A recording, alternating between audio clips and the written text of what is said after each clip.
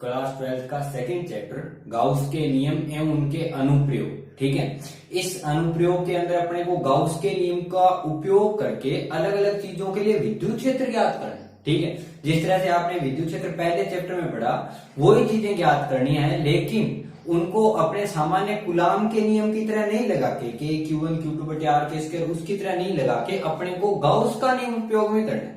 ठीक है, और गाउस का नियम उपयोग लेने से पहले उसके अंदर अपने को बेसिक चीज पता होनी चाहिए, विद्युत फ्लक्स। ठीक है, तो यहाँ पे गाउस के नियम के अनुप्रयोग की अगर बात करें अपने, ठीक है, और गाउस के नियम की बात करें तो यहाँ पे सबसे पहली चीज आती है विद्युत फ्लक्स। ठीक है, जिसे लिखा जाता है फाई से, जिसका सिंबल है फाई। अब यहाँ पे फाई दो लिखेंगे, एक होता है फाई ई और एक होता है फाई बी।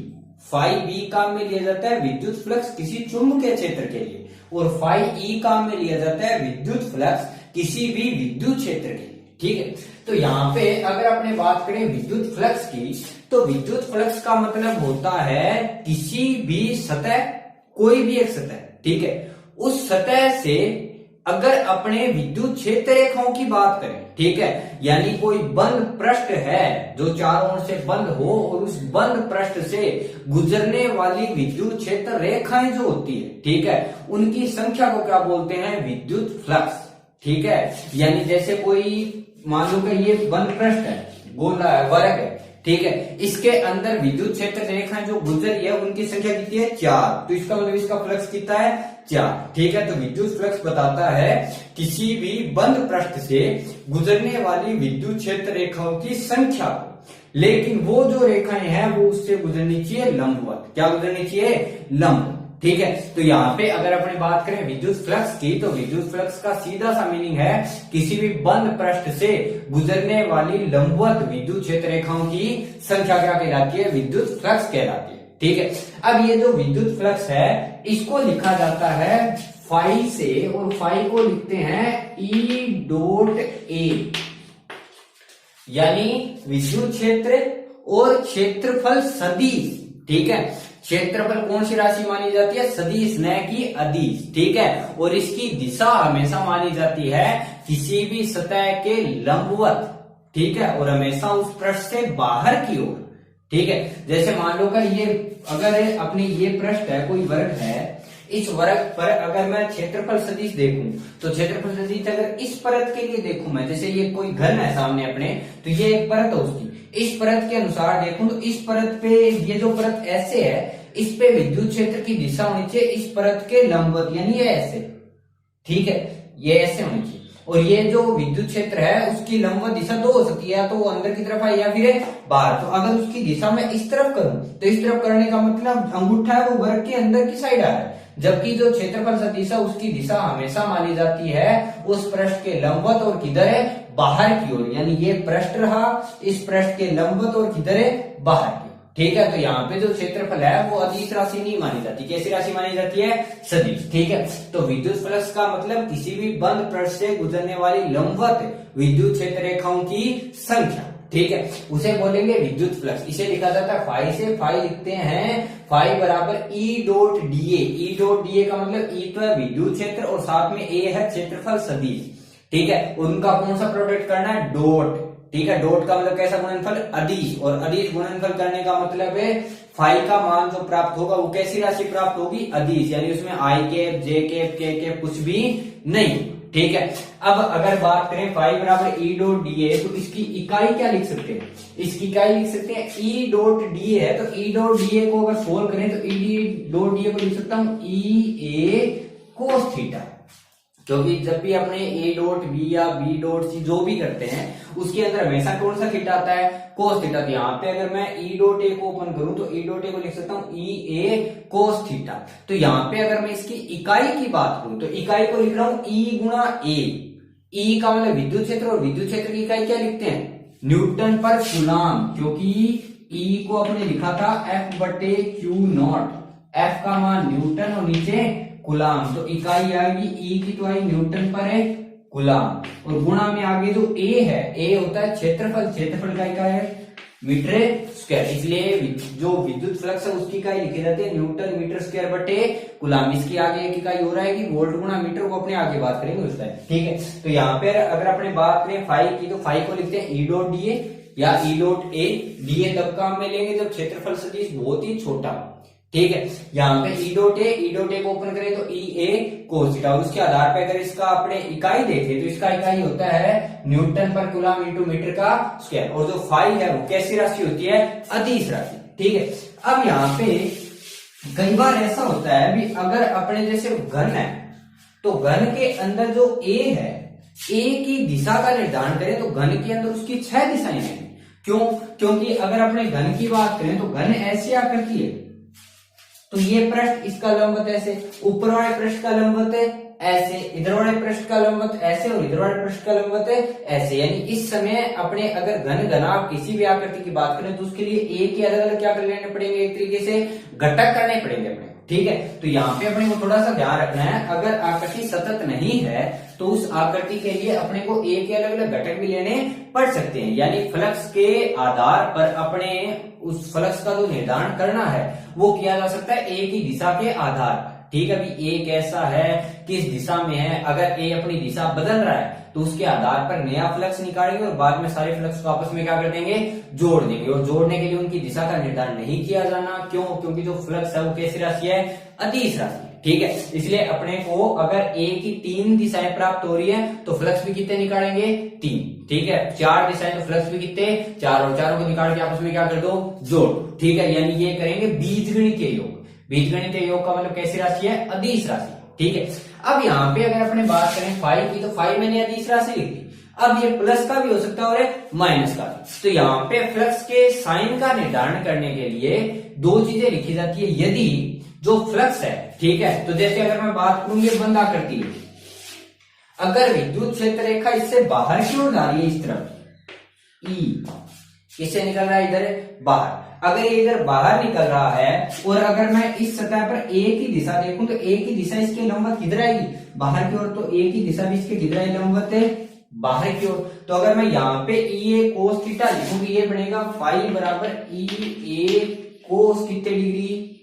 0 डिग्री, क्योंकि दोनों की दिशा क्या है? समान, और कोस 0 का मान 1, यानी फाई का मान सीधी सी बात है प्लस का प्राप्त हुआ। लेकिन अगर मैं इसको उल्टा लिखूं तो उल्टा लिखने का मतलब ये है अभी जो फाई है उसको लिख सकता हूं ई ए कोस। अगर विद्युत क्षेत्र अंदर की तरफ होता तो कोण कितने डिग्री? 180, तो कोस 180, तो कोस 180 का मान कितना? -1। यानी अब ये प्राप्त कैसा होता? माइनस। यानी एक चीज अगर मैं इन दोनों चीजों में नोट करूं तो मेरे को जो फ्लक्स है और फ्लक्स के आगे जो प्लस माइनस का निशान है उसका निर्धारण कोस थीटा कर रहा है। अगर थीटा 0 है तो वो प्लस का है, और थीटा 0 नहीं है तो अगर 180 है तो किसका आ रहा है? माइनस का। यानी ये जो प्लस माइनस है उसका निर्धारण किया जाएगा उनके मध्य बनने वाले कोण के आधार पर। तो अगर मैं कोस थीटा की बात करूं तो कोस थीटा ग्राफ बनाते हैं अपने ऐसे, यानी अगर 0 से 90 के मध्य की बात करें तो 0 से 90 के मध्य मान होता है उसका प्लस का। जैसे 90 से 180 के बीच की बात करें तो किसका होता है? माइनस का। यानी अगर कोण 0 और 90 के बीच में तब तक अपने फाई है जो वो किसका ले सकते हैं? प्लस का। और अगर 190 और 180 के बीच में किसका आ सकता है? माइनस का। तो यहाँ पे अपने इनके निशान के आधार पे अगर देखूं तो 0 से 90 यानी ई इस तरफ है, 0 से 90 तक किसका आ सकता है? प्लस का, ठीक है। और जैसे मैंने 90 से आगे बढ़ाया कि ये ई की रेखाएं अंदर की तरफ नहीं दिशा हो रही है, इसका मतलब ये है भी अगर विद्युत क्षेत्र की दिशा इस तरफ है, ए की दिशा में है बाहर की ओर, तब तो आ रहा है प्लस का। और जैसे जैसे इसकी दिशा अंदर की ओर होती जा रही है वो किसका होता जा रहा है? माइनस का। इसलिए लिखा जाता है यदि विद्युत क्षेत्र रेखाएं उस बंद पृष्ठ से बाहर की ओर निकले, ठीक है। यानी अगर विद्युत क्षेत्र रेखाएं उस बंद पृष्ठ से किधर निकल रही है? बाहर की ओर निकल रही है, तो बाहर की ओर निकलने का मतलब उसका जो फ्लक्स है वह कैसा लिया जाएगा? धनात्मक, ठीक है। और अगर विद्युत क्षेत्र रेखाएं उस बंद पृष्ठ के अंदर प्रवेश कर रही, ठीक है, यदि विद्युत क्षेत्र रेखाएं उस बंद पृष्ठ के क्या प्रवेश करे? अंदर प्रवेश करे, तो उस स्थिति के अंदर विद्युत फ्लक्स किसका दिया जाएगा? ऋणात्मक, ठीक है। तो आज अपनी बात करेंगे विद्युत फ्लक्स के बारे में। तो विद्युत फ्लक्स का सीधा सा मीनिंग विद्युत क्षेत्र रेखाओं की संख्या, यानी किसी बंद पृष्ठ से कितनी विद्युत क्षेत्र रेखाएं गुजरती है उन्हें बोलेंगे विद्युत फ्लक्स। और इसे लिखा जाता है ई डॉट ए। और ई डॉट ए का मतलब अदिश गुणनफल, इसलिए जो फाई है वो कैसी राशि प्राप्त होगी, अदिश राशि। ठीक है, और अदिश राशि होने के कारण इनका सामान्यतः कैसा योग किया जा सकता है, बीजगणितीय योग किया जा सकता है। और फ्लक्स कितने भागों में निकालेंगे, फ्लक्स कितने भागों में निकाला जाए किसी वस्तु के लिए, उस चीज का निर्धारण हमेशा किया जाएगा ए की दिशा के आधार पर, यानी ए ई के साथ किस प्रकार से अपनी दिशा का निर्धारण क्या कर रहा है, निर्धारित कर रहा है। ठीक है, यानी अगर कितना कोण बना रहा है उस कोण के आधार पे अपने ए का निर्धारण करेंगे और उस ए के निर्धारण के आधार पे अपने किसका मान निकालेंगे, फाई का। अगर विद्युत क्षेत्र रेखाएं ए की दिशा या फिर ये कहूं भी उस बल पर से किधर है, बाहर की ओर है, तो उस स्थिति के अंदर जो विद्युत फ्लक्स है वो हमेशा किसका होता है, प्लस का। और अगर विद्युत क्षेत्र रेखाएं उस पृष्ठ के अंदर की ओर प्रवेश कर रही है तो उस स्थिति के अंदर विद्युत फ्लक्स किसका होगा, माइनस का। ठीक है, और एक चीज और, ए जो है वह क्षेत्रफल सदिश होता है और उस सदिश की दिशा हमेशा किस ओर है, पृष्ठ के लंबवत, किधर है, बाहर की ओर। ठीक है, क्लियर एकदम। अब अगर अपने बात करें विद्युत क्षेत्र की, तो अपने एक बात की थी गाउस कूलाम्ब के नियम में। कूलाम्ब के नियम के अंदर अपने एक सेंटेंस लिखा था भी ये जो नियम है वह हमेशा ही उन बिंदु आवेशों के लिए मान्य होता है। ठीक है, यानी बिंदु आवेश के अलावा कहीं भी मान्य नहीं होता। ठीक है, तो यहां पर अगर अपने बात करें तो जैसे बिंदु आवेशों के लिए मान्य नहीं होता, तो उसके लिए अगर कोई बड़ी वस्तु है, ठीक है, कोई भी एक बड़ी वस्तु है, तो उस बड़ी वस्तु के लिए पहला अपना काम उसके आवेश को बांटना होगा। ठीक है, यानी अपने को उसका जो संपूर्ण आवेश है वो एक अगर बिंदु की तरह नहीं है तो उसको अपने बिंदु की तरह क्या करना पड़ेगा, निर्धारित करना पड़ेगा। और बिंदु की तरह निर्धारित करने के लिए अपने उसके छोटे छोटे टुकड़े लेते हैं। ठीक है, जैसे कोई भी अगर फ्लक्स की बात करूं, जैसे कोई कमरा है, ठीक है, उसके अंदर अगर अपने को फ्लक्स या विद्युत क्षेत्र की बात करनी है तो उसके अंदर अगर विद्युत क्षेत्र निकालना है तो कूलाम्ब का नियम ये बात कहता है कि जो भी नियम थे वो सब बिंदु आवेशों के लिए मान्य है। तो बिंदु आवेशों के लिए मान्य होने का मतलब यहाँ पे मेरे को क्या निकालना है, बिंदु आवेश के रूप में उसको क्या करना पड़ेगा, तोड़ना पड़ेगा। तो किसी भी वस्तु पर उपस्थित आवेश को बिंदु आवेश के रूप में तोड़ने के लिए अपने 3 प्रकार के वितरणों का निर्धारण करते हैं। वितरण का मतलब किस प्रकार से किसी चीज को बांटा जाए। ठीक है, यहाँ पे अपने बात करेंगे सतत आवेश वितरण की। ठीक है, सतत आवेश वितरण। सतत आवेश वितरण का मतलब है किसी भी वस्तु को दिए गए आवेश, किसी भी वस्तु पर जो आवेश दिया गया है उस आवेश को समान रूप से वितरित किया जाए और उस आवेश का एक छोटे से छोटे टुकड़े का क्या किया जाए, निर्धारण किया जाए। ठीक है, यानी कोई अगर वस्तु है, जैसे चौक है, इस चौक पर जो आवेश है, अगर सतत आवेश वितरण का मतलब जाने तो सतत आवेश वितरण का मतलब इस चौक पर जो भी आवेश दिया गया है वह आवेश इस पे समान रूप से बंट जाए। ठीक है, और उस आवेश को हर बिंदु पर आवेश का मान क्या हो, समान हो और उनको अपने समान टुकड़ों में क्या कर सकें, तोड़ सके।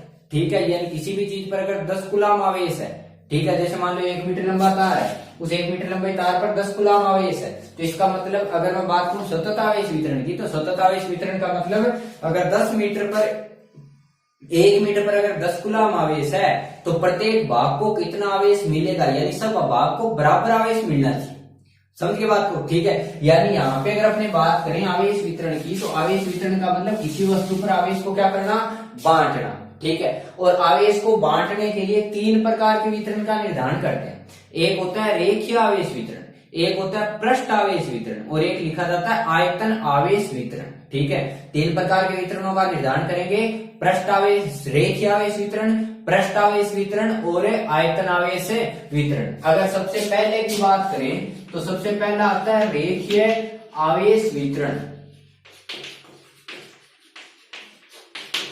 अगर अपने बात करें रेखीय आवेश वितरण की, तो रेखीय आवेश वितरण का मतलब होता है किसी भी वस्तु पर आवेश बांटना है, लेकिन रेखीय का मतलब किसी रेखा के लिए किस चीज का निर्धारण किया जा सकता है, किसी रेखा के लिए निर्धारण किया जा सकता है उसकी लंबाई का, न कि उसके क्षेत्रफल का और न ही उसके आयतन का। ठीक है, क्योंकि कोई अगर रेखा है तो उसकी अपनी बात करते हैं लंबाई की। ठीक है, तो रेखीय आवेश वितरण का मतलब है आवेश को रेखा के रूप में बांटना। ठीक है, यानी किसी भी वस्तु पर जो आवेश है वो हमेशा ही बंटना चाहिए उसकी लंबाई के अनुदिश। यानी अपने पास कोई एक ऐसी वस्तु हो जिसकी अपने सिर्फ और सिर्फ किसका निर्धारण कर सके, उसकी लंबाई का, न तो उसके क्षेत्रफल का निर्धारण किया जा सके और न ही उसके आयतन का। ठीक है, यानी अगर कोई सिर्फ लंबाई रखने वाली वस्तु को अगर कोई आवेश दिया गया है तो उस वस्तु पर जो आवेश है उसका जो वितरण किया जाएगा उसे बोलते हैं रेखीय आवेश वितरण। ठीक है, यानी किसी भी लंबी वस्तु यानी कोई भी रेखीय वस्तु जिसकी लंबाई का निर्धारण किया जा सके उस वस्तु पर उपस्थित आवेश को समान रूप से बांटना, ठीक है, क्या कहलाता है, रेखीय आवेश वितरण। इसे लिखा जाता है लैम्बडा से। किसे लिखेंगे, लैम्बडा से। लैम्बडा दर्शाता है रेखीय आवेश वितरण को।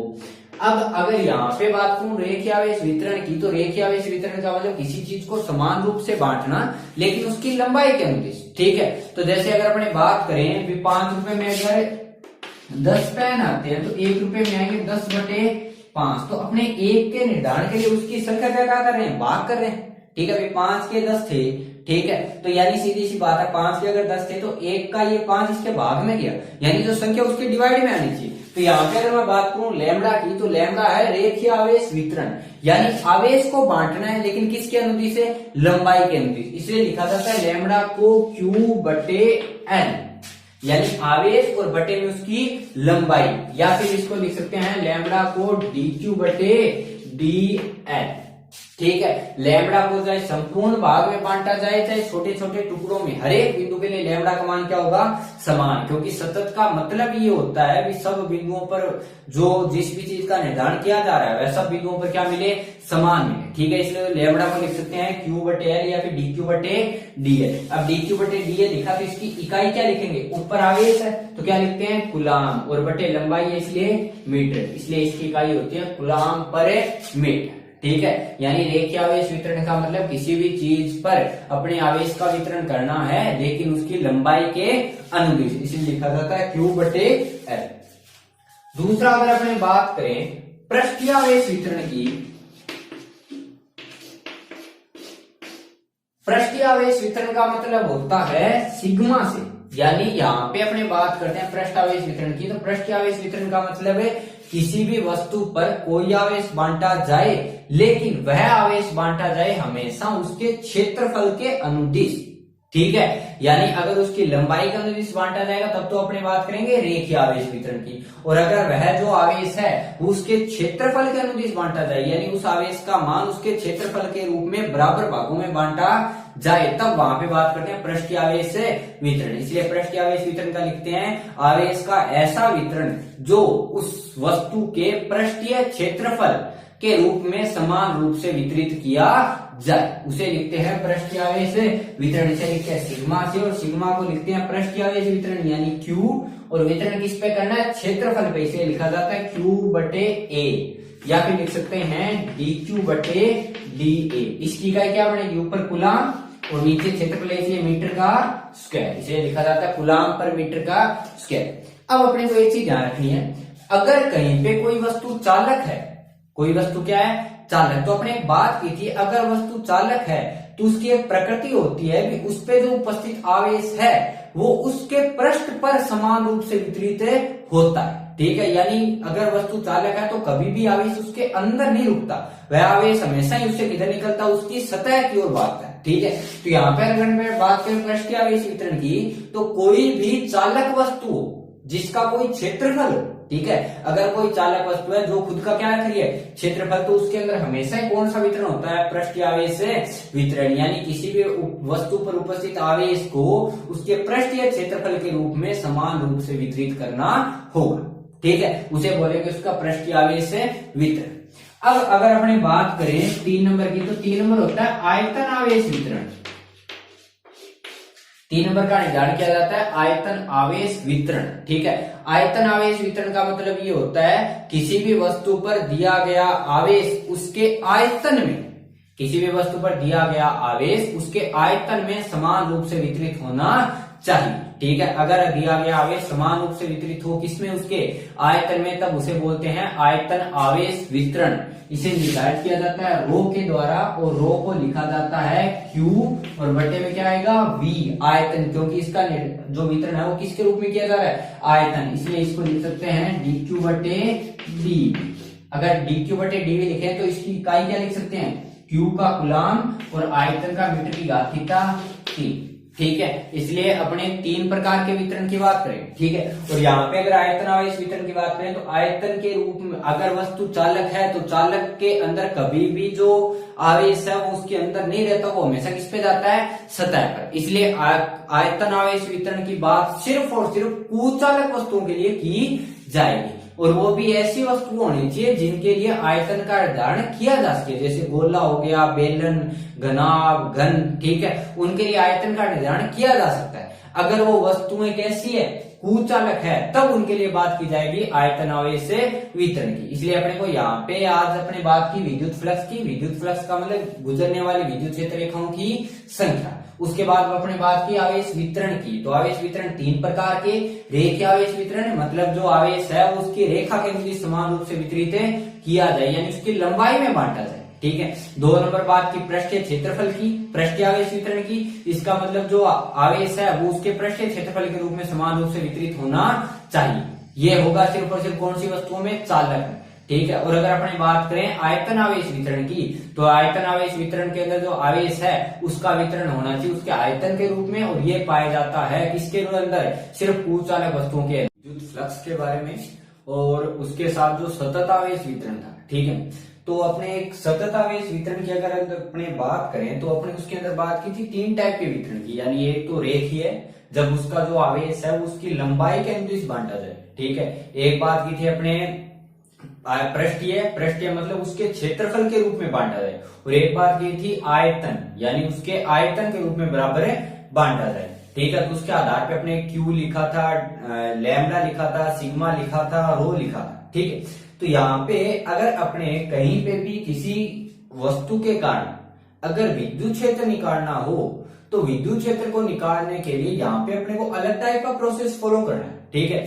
जैसे अगर अपने बात करें किसी भी बिंदु आवेश के कारण विद्युत क्षेत्र की, तो बिंदु आवेश के कारण विद्युत क्षेत्र लिखा जाता है KQ बटे R का स्क्वायर, ठीक है। लेकिन अगर अपने कोई ऐसे आवेश की बात करें जो बिंदु आवेश नहीं है, बिंदु आवेश नहीं होने का मतलब उस आवेश जो आवेश है, ठीक है, उसका कुछ न कुछ आयतन है, कुछ न कुछ क्षेत्रफल है, या फिर लंबाई है, ठीक है, यानी वो एक बिंदु की तरह व्यवहार नहीं कर रहा, तो उस स्थिति के अंदर अपने ये डायरेक्ट नहीं लगा सकते, यानी E बराबर KQ बटे R का स्क्वायर नहीं लिख सकते, ठीक है। तो उस स्थिति के अंदर अपने को हमेशा ही उसके छोटे छोटे पार्ट्स के रूप में क्या करना पड़ेगा, ब्रेक करना पड़ेगा, ठीक है। जिस टाइप से अपने अगर दृढ़पिंड गति की जो 11th का चैप्टर उसके अंदर अपन बात करें, तो जब जड़त्वाघूर्ण का मान निकालते हैं I का, तो उसके लिए जब अपने कोई बड़ी वस्तु होती है जैसे छड़ हो गया, गोला हो गया, बेलन हो गया, उनके लिए डायरेक्ट अपने न्यूटन के नियम जो है, या फिर डायरेक्ट अगर बात करूं I बराबर m गुणा R का स्क्वायर का, ठीक है, तो उसको मैं डायरेक्ट उसके अंदर नहीं लगा सकता था, ठीक है। वहां पे अपने क्या किया, उसको अलग अलग टुकड़ों में पहले क्या किया, ब्रेक किया, ठीक है। जैसे आयत है तो उसके लिए अलग टाइप का टुकड़ा माना, गोला है तो उसके लिए अलग माना, बेलन है तो उसके लिए अलग माना, ठोस बेलन के लिए अलग, ठीक है। तो उसको अलग अलग टुकड़ों में अपने क्या किया, तोड़ा, ठीक है, जिसके आधार पे अपने एक छोटे से टुकड़े के कारण जड़त्वाघूर्ण निकाला और उन सबका आपस में क्या कर दिया, जोड़ दिया, या फिर मान लो क्या किया, समाकलन किया, ठीक है। तो उसी टाइप से यहाँ पे अगर अपने कोई बड़ी वस्तु है जो एक बिंदु की तरह व्यवहार नहीं कर रही है, तो पहला काम उस बड़ी वस्तु को अलग अलग बिंदुओं के रूप में क्या करना पड़ेगा, तोड़ना पड़ेगा, ठीक है, ताकि जब वह अलग अलग बिंदुओं के रूप में टूटे, ठीक है, तो उस टूटने के आधार पे अपने उस चीज का क्या करें, निर्धारण कर सके, ठीक है। यानी अपने को सीधा सा मतलब है भी अपने को इस टाइप से पहले बड़ी वस्तु को छोटे टुकड़ों में तोड़ना है, और तोड़ने के बाद उन सबको आपस में क्या करना है, किसी एक टुकड़े का निकाल के उन सबको आपस में क्या कर दो, जोड़ दो, या फिर क्या कर दो, उसका समाकलन। अब उसको टुकड़ों के रूप में तोड़ना कैसे, ठीक है। जैसे अगर मैं बात करूं कि E बराबर KQ बटे R के स्क्वायर की, तो यहाँ पे मेरे को ये तभी लगता है जब एक बिंदु आवेश हो, ठीक है। तो यहाँ पे अगर मैं बात करूं कि मेरे पास एक बड़ी वस्तु है, ठीक है। जैसे कोई भी मान लो जिसका लंबाई है या जिसका क्षेत्रफल है या जिसका आयतन कोई भी कुछ भी हो, ठीक है, तो उसके आधार पे अपने अगर यहाँ पे जो छड़ है उसके लिए विद्युत क्षेत्र के मान को निकालने की कोशिश करें, तो उस विद्युत क्षेत्र के मान को निकालने के लिए E बराबर जो अपने लगाते हैं KQ/R का स्क्वायर, उसके लिए वो वस्तु होनी चाहिए बिंदु। लेकिन यहाँ पे अगर मैं वस्तु देखूं तो वो बिंदु नहीं है और उसको मैंने आवेश दे रखा है Q। तो यहाँ पे अगर मैं E बराबर KQ/R का स्क्वायर लिखूं तो यहाँ पे Q लिखने का मतलब ये है कि मैंने इस पूरी वस्तु को ही आवेश इस पे रख दिया, और पूरी वस्तु का आवेश अगर इस पे रख रहा हूं तो ये तब मान्य है जब वो एक बिंदु हो। लेकिन यहाँ पे अगर देखूं तो ये एक बिंदु नहीं है, इसलिए यहाँ पे मैं इस पूरी वस्तु के लिए इसे KQ/R का स्क्वायर नहीं लगा सकता। इसलिए इसको पहले क्या करना पड़ेगा, छोटे छोटे आवेशों के रूप में क्या करना पड़ेगा, तोड़ना पड़ेगा। और छोटे आवेशों को तोड़ने के लिए अपने जड़त्व आघूर्ण के अंदर बात की थी कि उसका जो लंबाई x है तो उसका छोटा सबसे छोटा अल्पांश क्या हो सकता है, dx। इसी तरह यहाँ पे अगर वस्तु पे आवेश Q है तो उसका सबसे छोटा जो टुकड़ा है वो क्या हो सकता है, dq। ठीक है, यानी यहाँ पे अपने को इस पूरी वस्तु को बिंदुओं के रूप में तोड़ने के लिए इसका सबसे छोटा टुकड़ा किया जाना चाहिए dq। ठीक है, यानी यहाँ पे इस q आवेश को अलग अलग dq आवेशों के रूप में क्या करना पड़ेगा, तोड़ना पड़ेगा। ठीक है, और ये जो dq आवेश है वो किस रूप से अपने को विभाजित करना है, यानी q को किस तरीके से बांटें ताकि अपने को dq प्राप्त हो, वो निर्भर करता है उसकी वस्तु पर। ठीक है, यानी अगर वस्तु सिर्फ लंबाई रख रही है तो उस q आवेश का जो dq भाग लिखा जाएगा वो बांटा जाएगा उसकी लंबाई के रूप में। ठीक है, और अगर ये जो q है, ठीक है, वो उसके क्षेत्रफल में वितरित है यानी पृष्ठ के रूप में वितरित है, तब उसको बांटा जाएगा पृष्ठीय वितरण के रूप में। ठीक है, और अगर वो आवेश जो है वो उसके संपूर्ण आयतन में वितरित है तब उसे बांटा जाएगा आयतन वितरण के रूप में। ठीक है, यानी अपने Q को एक छोटे बिंदु के रूप में तोड़ने के लिए dq आवेश मानना पड़ेगा, और इस dq आवेश को किस तरीके से विभाजित करना है वह निर्भर करेगा उस वस्तु पर। ठीक है, यानी उसको लंबाई के अनुदिश dq में बांटा जाए या उसके क्षेत्रफल के या फिर उसके आयतन के, वो निर्भर करेगा खुद उस वस्तु पे। ठीक है, तो यहाँ पे अगर अपनी बात करें किसी भी बड़े वस्तु के कारण, ठीक है, अगर विद्युत क्षेत्र निकालना है तो विद्युत क्षेत्र लिखा जाता है E बराबर KQ/R का स्क्वायर। लेकिन किसी बड़ी वस्तु के लिए मैं इसे KQ/R का स्क्वायर नहीं लगा सकता, इसे अलग अलग भागों में मुझे क्या करना पड़ेगा, तोड़ना पड़ेगा। इसलिए यहाँ पे जो E है वो जो KQ/R का स्क्वायर है उसको KQ की बजाय क्या लिखा जाएगा, D। ठीक है, ताकि उसे जो आवेश है वह पूरे आवेश का छोटा सा क्या लिखा जाए, टुकड़ा, यानी एक छोटे से बिंदु की तरह, इसलिए उसे क्या लिखेंगे, dq। अब ये dq अपने को क्या लिखना है वो निर्भर करेगा उस वस्तु पर। ठीक है, यानी अगर मैंने को जो वस्तु है वो अपनी लंबाई l रख रही है तो यहाँ पे लैम्बडा बराबर लिखा जाता है Q/L। अगर जो वस्तु है वो लंबाई लिख रहा है, वो उसका जो आवेश है वो क्षेत्रफल के रूप में बंटा हुआ है तो उसे लिखेंगे सिग्मा, सिग्मा लिखेंगे Q/A। या फिर अगर अपने को आयतन के रूप में वितरित है तो रो लिखेंगे, उसको लिखेंगे Q/V। तो यहाँ पे अपने Q को नहीं बांटना है, यहाँ पे किसको बांटना है, dq को। और अपने एक चीज बताई थी, लैम्बडा, सिग्मा और जो रो है वो सतत आवेश वितरण को दर्शाता है। सतत आवेश वितरण का मतलब हर एक बिंदु पे लैम्बडा का मान क्या रखना है, समान, चाहे वो Q/L निकाला जाए चाहे dq/dl निकाला जाए। ठीक है, यानी हर एक बिंदु के लिए क्या रहेगा, समान। इसलिए यहाँ पे अगर मैं E लिखूं तो E मैंने लिखा KdQ/R का स्क्वायर, तो यहाँ पे जो लैम्बडा है उसको dq के रूप में अगर तोड़ना है तो इसको लिख सकता हूँ dq/dl। इसी तरह सिग्मा को dq/dA, इसी तरह रो को dq/dV। तो यहाँ पे अगर dq को हटाना है तो dq को लिखा जा सकता है लैम्बडा गुणा dl। यहाँ पे अगर dq को हटाना है तो dq को लिखा जा सकता है सिग्मा dA। यहाँ पे अगर dq को हटाना है तो dq को लिखा जा सकता है रो d।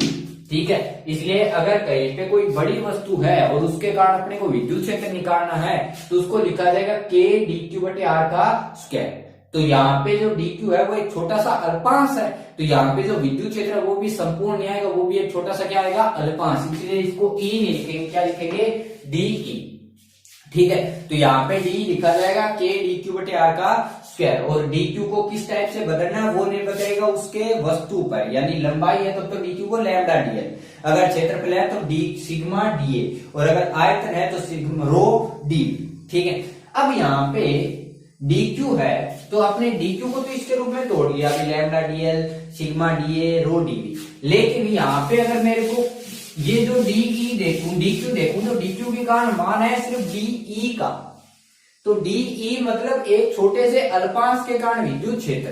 तो अगर मेरे को पूरी बड़ी वस्तु के कारण विद्युत क्षेत्र का मान निकालना है तो बड़ी वस्तु के मान के लिए मेरे को कुल ई निकालना पड़ेगा। तो कुल ई के लिए अपने करते हैं कि अगर मेरे पास मान कोई dx है और मेरे को संपूर्ण x ज्ञात करना है तो उसका क्या करते हैं अपने समाकलन, यानी एक अल्पांश के कारण कोई मान निकाल के उसका अगर समाकलन कर दिया जाए तो संपूर्ण मान अपने को प्राप्त होता है। यानी अगर मैंने यहाँ पे d निकाला है तो मेरे को यहाँ पे अगर e चाहिए तो e के लिए डी का क्या करना पड़ेगा समाकलन। ठीक है, यानी यहाँ पे लिखूंगा e इक्वल टू समाकलन किसका डी का। लेकिन एक चीज अपने को ध्यान रखनी है, समाकलन अगर e बराबर मैं सिग्मा हो समाकलन डी कर रहा हूं तो अपने एक चीज पता है, समाकलन का मतलब होता है चीजों को आपस में क्या करना जोड़ना। जैसे अगर मैं dx का समाकलन कर रहा हूं इसका मतलब छोटे छोटे dx अल्पांश को क्या कर रहा हूं जोड़ रहा हूं। ठीक है, तो यहाँ पे अगर मैं विद्युत क्षेत्र की बात करूं और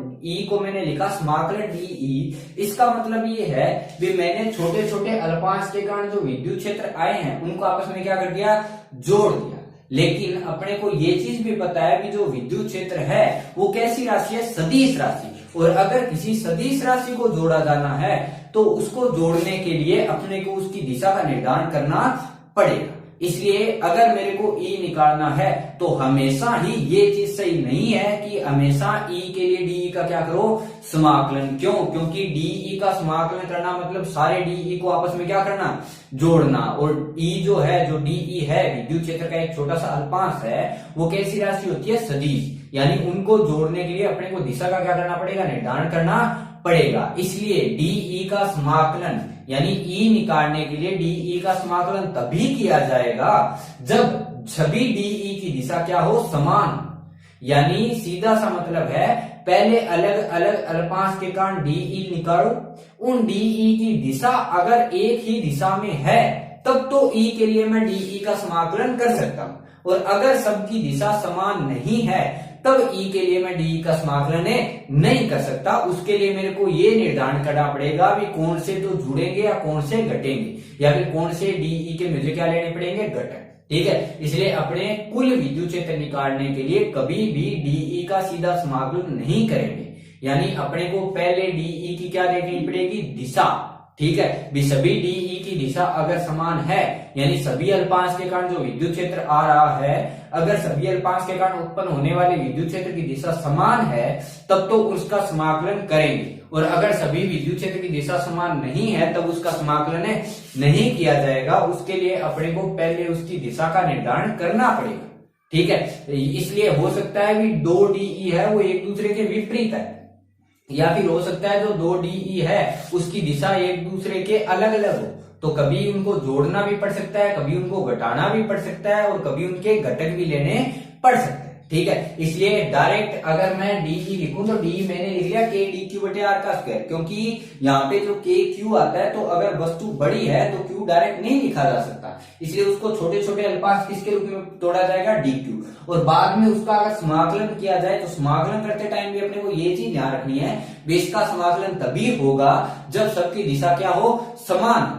ठीक है, इसलिए E के लिए कभी भी DE का जब समाकलन करें तो उसके लिए सबसे पहले सभी DE की दिशा का निर्धारण होना जरूरी। ठीक है, तो यहाँ पे अपने अलग अलग अल्पांश के कारण विद्युत क्षेत्र निकाल के क्या करेंगे उनको जोड़ देंगे। ठीक है, अब यहाँ पे अपने अलग अलग डेरिवेशन है, वलय के कारण, ठीक है, तार के कारण अलग अलग है। ठीक है, तो वहां पे उनके अल्पांश लेंगे और ये। ठीक है, उससे पहले अपने को एक क्वेश्चन आता है कई बार भी, कोई भी बंद पृष्ठ है अगर उसको किसी बाह्य विद्युत क्षेत्र में रखा जाए, बाह्य विद्युत क्षेत्र का मतलब ये है, अपने अगर बात करें विद्युत क्षेत्र की तो विद्युत क्षेत्र उत्पन्न होता है हमेशा एक आवेश से। ठीक है, और अगर मैं ये कहूं भी बाह्य विद्युत क्षेत्र, इसका मतलब ये है जो भी आवेश जिसके कारण विद्युत क्षेत्र उत्पन्न हो रहा है वह आवेश उस वस्तु से किधर रखा हुआ है बाहर रखा हुआ है, वो उस वस्तु के अंदर नहीं।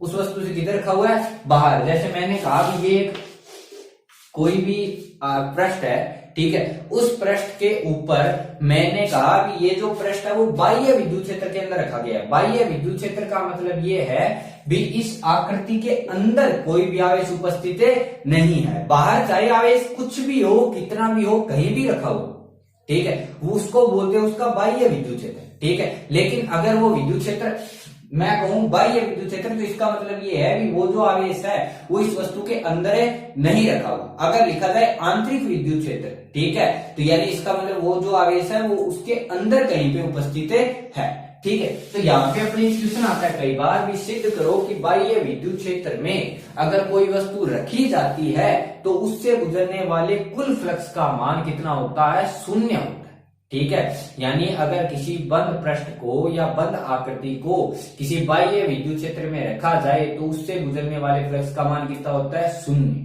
ठीक है। ये हमेशा ही मान्य। गाउस के नियम के बाद ये और क्लियर होता है। लेकिन अगर अपने अब तक ई डॉट डी ए या ई डॉट ए या ई डॉट डी एस जो लिखा है फाई बराबर जो ई डॉट ए लिखा है, उसके आधार पे अपने ये कहना है कि अगर कोई बंद पृष्ठ है और वो बाह्य विद्युत क्षेत्र में रखा गया तो उससे गुजरने वाले विद्युत फ्लक्स का मान कितना होता है, शून्य, ठीक है। तो अगर मैं कोई बंद आकृति हूं, ठीक है, तो जैसे मैंने मान लिया कि एक बेलन है,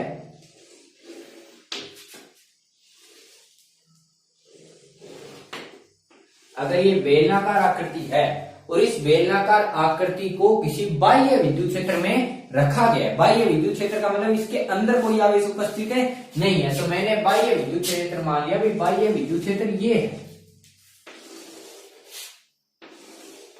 ये बाह्य विद्युत क्षेत्र, ठीक है। यानी ये जो बेलनाकार आकृति है वो किसी बाह्य विद्युत क्षेत्र में रखी गई, तो इससे गुजरने वाले कुल फ्लक्स का मान कितना सिद्ध करना है अपने को, 0। तो अगर मैं इस बाह्य विद्युत क्षेत्र के कारण फ्लक्स की बात करूं तो अपने चीज लिखी जो फाई है, जो फ्लक्स है उसे लिखा जाता है ई डॉट ए, या फिर अपने ई डॉट एस भी लिख सकते हैं, ठीक है। और अगर किसी वस्तु के छोटे छोटे अल्पांश किए जाएं तो उसे ई डॉट एस की बजाय ई डॉट क्या लिखा जा सकता है, डीएस, ठीक है। तो यहाँ पे अगर मैं फाई लिखूं तो फाई मैंने मान लिया भी मैं लिख रहा हूं ई डॉट डीएस लिख रहा हूं। डीएस क्यों लिख रहा हूं, क्योंकि अगर मैं बेलनाकार आकृति की बात करूं तो बेलन के अंदर अपने 3 क्षेत्रफल की बात करते हैं, ठीक है। एक तो इस सतह का क्षेत्रफल, एक इस सतह का क्षेत्रफल और एक बाहर वाली जो वक्रीय पृष्ठ है उसका क्षेत्रफल, ठीक है। तो यहाँ पे क्षेत्रफल के कितने हिस्से किए जाते हैं, 3। एक उसका पृष्ठीय क्षेत्रफल, एक उसका जो दोनों किनारे हैं जो वर्तीय क्षेत्रफल है उसका। तो यहाँ पे जो क्षेत्रफल है उसके कितने भाग किए जाएंगे, 3, इसलिए मैं एस नहीं लिख रहा, क्या लिख रहा हूं, डीएस। और डीएस के लिए भी मुझे कितने एस चाहिए, 3 चाहिए, ठीक है। तो मैंने मान लिया ये जो है ये तो है S1, ये जो सतह है जो बाह्य जो वक्रीय पृष्ठ है इसका क्षेत्रफल मैंने क्या माना, S2, और ये जो इधर वाला पृष्ठ बच गया इसका क्षेत्रफल मैंने क्या माना, S3। 3 क्षेत्रफल के रूप में तोड़ सकते हैं। अब अगर मेरे को कुल फ्लक्स की बात करनी है तो कुल फ्लक्स का मतलब 3 क्षेत्रफलों से अपने को अलग अलग क्या मान निकालना है, फ्लक्स का, और बाद में उन तीनों को क्या करना पड़ेगा, जोड़ना। अब जोड़ने के लिए दिशा का निर्धारण नहीं किया जाएगा, क्यों, क्योंकि किसका मान जोड़ रहे हैं, फाई यानी फ्लक्स को जोड़ रहे हैं, और फ्लक्स कैसी राशि है, अदिश, क्योंकि यहाँ पे डॉट आ रहा है, तो ई डॉट एस मतलब अदिश राशि है, और अदिश राशि के लिए अपने को दिशा का निर्धारण नहीं किया जाएगा। इसका मतलब कुल फाई के लिए सब फाई को अलग अलग क्या करना, आपस में जोड़ना, ठीक है। तो यहाँ पे अगर मैं बात करूं कुल फाई की तो फाई होनी चाहिए 3 टुकड़ों में, यानी एक तो फाई 1 जो S1 क्षेत्रफल से गुजर रहा है, एक फाई 2 जो S2 क्षेत्रफल से गुजर रहा है, और एक फाई 3 जो S3 क्षेत्रफल से गुजर रहा है। तो यहाँ पे अगर फाई को लिखूं तो इसको लिख सकता हूं ई डॉट S1, अगर ई डॉट एस लिखूं तो ई डॉट S1 प्लस इसे लिख सकता हूं ई डॉट S2, और प्लस इसे लिख सकता हूं ई डॉट S3। अगर अपने डॉट प्रोडक्ट ओपन करें तो इसे लिखा जा सकता है ई एस कोस थीटा, यानी ये बनेगा E S 1 cos theta 1 plus में ई एस 2 कोस थीटा 2 और प्लस में ई एस 3 कोस थीटा 3। तो यहाँ पे अपने को ये प्रूफ करना है टोटल कितना है 0। तो यहाँ पे अगर मैं फर्स्ट की बात करूं ES1 cos θ1 का मतलब E और S के मध्य बनने वाला कोण।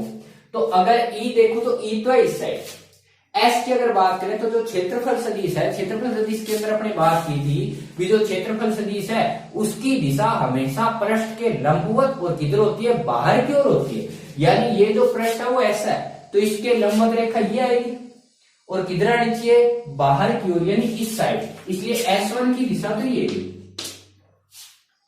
S2 की दिशा इस सतह के बिल्कुल लंबवत। इस सतह के लंबवत किधर आएगी, नीचे, क्योंकि ऊपर तो अंदर जा रहा है। तो ये आया S2 और इस S3 की दिशा आएगी इधर, क्योंकि इधर आने का मतलब इधर आ गया अंदर, तो तल के लंबवत ये रहा, इसलिए मैंने लिखा S3। तो अगर मैं ES1 cos θ1 की बात करूं तो θ1 के अकॉर्डिंग E तो इस साइड और S1 इस साइड है, दोनों एक दूसरे क्या बिल्कुल विपरीत है। इसका मतलब कोण कितने डिग्री, 180 डिग्री।